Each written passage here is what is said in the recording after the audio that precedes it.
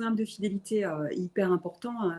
Muriel, vous le redisiez, ça permet notamment de capter beaucoup de données, hein, évidemment, qui vont nous être riches. Il a évolué chez Yves Rocher il y a 2 ans. Donc, il y avait trois nouveaux défis qu'on voulait relever. Le premier, c'était de le rendre omnicanal, parce qu'on avait un historique avec un programme de fidélité qui était retail. Et évidemment, on a beaucoup de mixité et de vente sur notre site e-commerce, donc on avait ce premier défi. Et on en a profité en fait pour le refondre, pour aussi le rendre plus simple et plus accessible à toutes nos clientes. J'ai dit qu'on avait à peu près 8 millions de clients en France. Et en fait, l'ancien programme était à la fois complexe, il y avait beaucoup de seuils, il fallait un peu avoir fait beaucoup d'études pour bien le comprendre.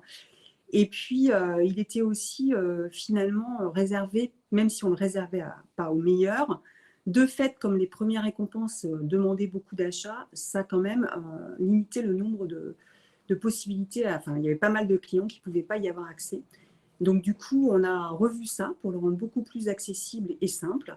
Et puis, le troisième volant, c'est qu'on a voulu qu'il soit plus engageant. Donc, dans le type de récompense, on a fait évoluer les choses pour que la cliente puisse choisir, entre autres, entre un coupon de réduction, un produit qui est une nouveauté à découvrir, ou le choix de planter des arbres, donc jusqu'à donc 3 arbres à chaque fois qu'elle choisit cette récompense.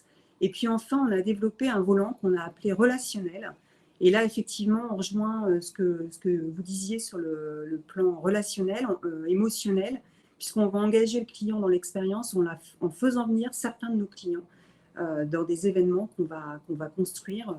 Notamment, le dernier qu'on a fait, c'est à la Gacilly. Donc, on les emmène vraiment découvrir les coulisses de la marque. Donc, les clientes, en fait, ont quelques jours pour s'inscrire.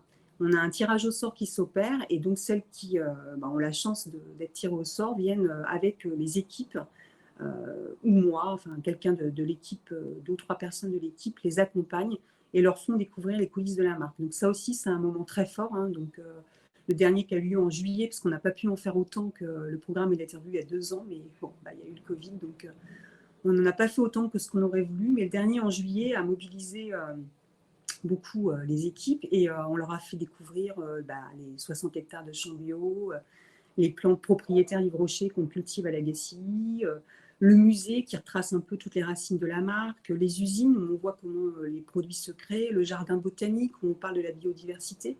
Et là, on est vraiment au cœur de ce qui anime tous les collaborateurs de la marque et Yves Rocher.